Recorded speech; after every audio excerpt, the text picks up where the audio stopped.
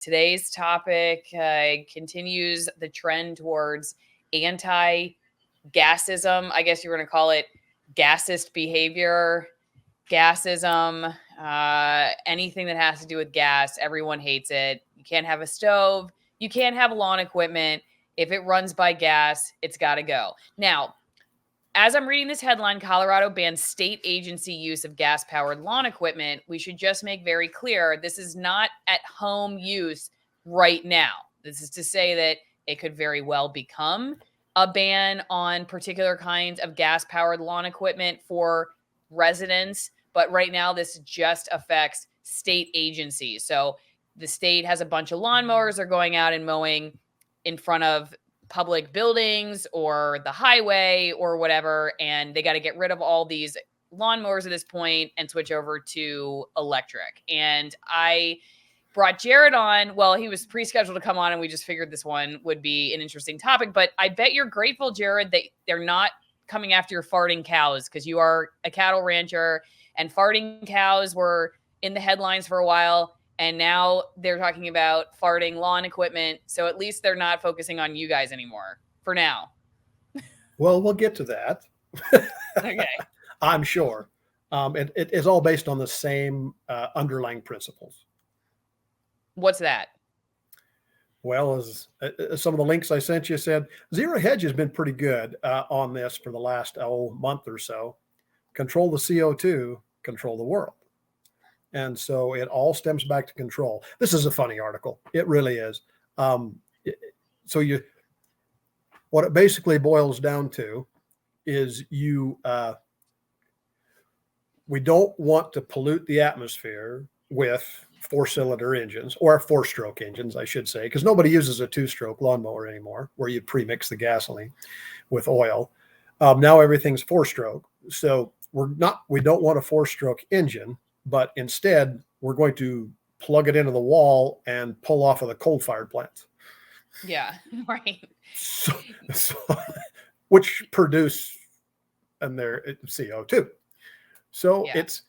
It's a funny story, and it just goes to show that several things, actually. Number one is it's all based on the same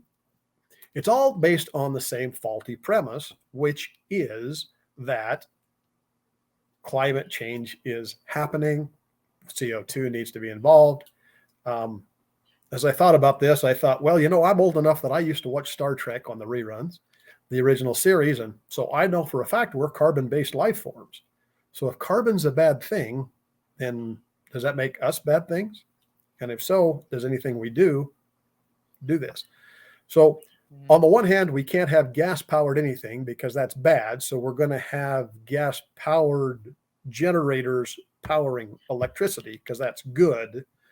And we're also going to try to take the dams out so we can't have hydroelectric power because it's bad for the salmon. Yet, as you like to say, we still put phytoestrogen chemicals in the water, so we have egg protein in the male salmon. Yep. I'm not sure we're focusing on the right thing here. So let's just make sure people understand the details here. In this article from KDVR, it says that it will be during the summer. Okay, so they're not allowed to use them during 3 months. It is June, July, August. And it says engines of 25 horsepower or less. And this includes push lawn mowers and other lawn equipment under 10 horsepower on other public property within the Denver metro area and North Front Range ozone non-attainment area. The nonprofit PIRG, or CoPIRG, however they say it, foundation, released a report that found gas-powered lawnmowers and other lawn equipment generated an estimated 671 tons of fine particulate pollution in 2020. This was equivalent to the pollution created by more than 7 million cars, according to the report. Now, I actually see them talking more about, quote, ozone-forming volatile organic compounds and nitrogen oxides. It goes into effect in 2025 as more than CO2. So they're talking about clean air and saying that that the air is toxic, and this will make some kind of dent in that. So let's take CO2 off the table for a second. What do you think about that? Well, what I think about is, you notice how they exempted all of their big mowers? Anything over 25 horsepower, that would be their big mowers that they mow the parks and things with, because hell, we don't want those guys to work quite that hard. We don't want them to push a little lawnmower around you'd never get a park mowed. Okay, so it's a distinction without a difference. What is nitrogen oxide or nitrogenous oxide, or in essence NOx, which is what is that? That's what you put in cars to give them that extra boost. Nitrogen oxide, NOx. So it's nitrous oxide is what they call that. I'm not sure what the chemical breakdown is. You might have to get Dave Collin back on to find that out. But I've mowed lawns before in my life. And I do remember the old lawnmowers, when you started them up, they belched a lot of crap out of there, including the grass. So I'm not sure I trust the study. Are they saying that it's the nitrogenous oxide of 7 million cars, or it's just the emissions of 7 million cars? It's not clear in what I'm seeing. I bet they could clarify if I had them on the show. It also seems to not differentiate if the report was just looking at the state agency impact, or if that's like the impact of all people in Colorado using these pieces of equipment. And so like, what is the effect of the actually banned equipment within the state agencies? Like, is that really going to do anything? Now, if you look at this article that came out back in December from Colorado Public Radio, they're saying the clean air advocates say it doesn't go far enough. And that's in part because it says, okay, and school districts, it will apply to school districts, but it also decided against placing any new regulations on commercial landscapers. And it also shot down a proposal to ban front range retailers from selling handheld gas powered tools. So that was on the table. This Clean Air Commission was considering banning retailers from selling any handheld gas powered tools. So the clean air advocate people here are like, we're going to have to revisit this. Kirsten Schatz, a clean air advocate for the Colorado Public Interest Research Group. That's what the PIRG stands for. There's more that we can do in the next couple of years, but we're glad to see the state on track to take action on this really harmful form of pollution. While the action marks Colorado's most aggressive effort so far to clamp down on pollution from gas-powered equipment, regulators stressed it will be implemented with a, quote, soft enforcement strategy, meaning violators won't face any fines or penalties for failing to shift to electric alternatives. And I mean, that's because the government that's forcing it is also the government that either gets to comply or not comply. I mean, it's just their own little club. So, they get to let each other off the hook if they want to. I wonder if they would allow for that if it was a rule for the general public. Anyway, yeah, they're saying, that basically what you're saying, which is like, what is this even doing? But they want more of it. so that's interesting. It's the camel's nose under the tent, just like you said it was. It's the beginning. You get people to accept this, you get people to accept the next thing, you get people to accept that next thing. And the question you have is, under what jurisdiction does Colorado have to tell retailers what they can and cannot sell? That's kind of getting into the bigger picture. And that's why they had to back off of that, is because if they make it a condition of their business license, that's kind of going outside of the scope. I think what Colorado really needs to do is just ban government and solve all that problem. Because if they're just going to ban the lawnmower government. Colorado is not going in that direction. Colorado is not going in the direction of less government. But they could go in the direction of more wine. Okay. You're living in Colorado. So far, they have not banned my wine. I don't know. It, could be down the pipeline, so get it while you can. I don't think that I don't know. Actually, I know that one of these vineyards is a hand-picked grape operation. I'm not going to say they don't have gas-powered lawnmowers. I don't know if Colorado researchers would hate that. So you know what? They might come after me, and that's why you should get your Allison wine promo while you still can. 50% off my favorite wines from Argentina, 50% off shipping. These are from very remote regions of Argentina and from extremist altitude regions, 6,000 to 9,000 feet. The grapes are working extremely hard under the sun. They are under extreme heat pressure. What else happens at high altitudes? Low oxygen. They produce a unique and flavorful experience for you to also support my work at the same time. Great company, great gift idea. What's coming up? St. Patrick's Day. Dye it green. Try to use a natural dye if you can. But whatever, you can have AllisonWinePromo.com for St. Patrick's Day and dye it green. It's a dark red color. It probably won't take. I don't recommend food dye. But anyway, that's up to you. AllisonWinePromo.com. Okay, let's take a question over at Locals real fast. If you're not on the editorial board, what's wrong with you? AllisonMorrow.locals.com. You can go one-on-one with the most censored people on the internet, $5 a month to put in questions. You hate my questions, you ask them. One of the first ones that came in was how Washington State now is trying to ban all small gas-powered engines, mowers, chainsaws, weed whackers. Did Colorado provide any evidence for the ban? How much do small engines contribute? Why just those months? Thin edge of the wedge. Yeah, I mean, so that kind of goes back to the point we're making. I mean, it is kind of one of those things where, like, you start with this and then you move to the average homeowner, and people who are concerned that might be where we're headed in Colorado. If you live there, I think have fair concerns.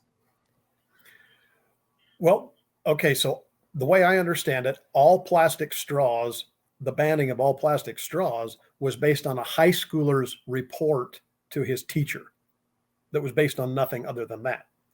And when they actually figured it out, but look what it caused. It caused a statewide ban on those, and now you got to drink through paper straws if you're down there. You might as well just drink out of the can at that point, because it's the thin edge of the wedge. But it all goes back to the cult of climate change. Now, I thought there was a separation on religion and state, but it seems like there isn't. It's just you got to adopt the new state religion, which in this case is ban everything bad. If you don't like credit cards, you don't have a gas-powered vehicle to get yourself to the post office, ride your bike and send me some mail. P.O. Box 3355, Denellen, Florida 34432. I love getting all the letters. I have loved the support there, family photos, some weird stuff, not going to lie, but that's okay. So far, nothing that's killed me. But thank you to everybody who has sent me some mail. Really appreciate the support. Going back over to the article one last time from Colorado Public Radio real fast, they're saying that this area, this Front Range area, continues to fail federal standards, and that this was what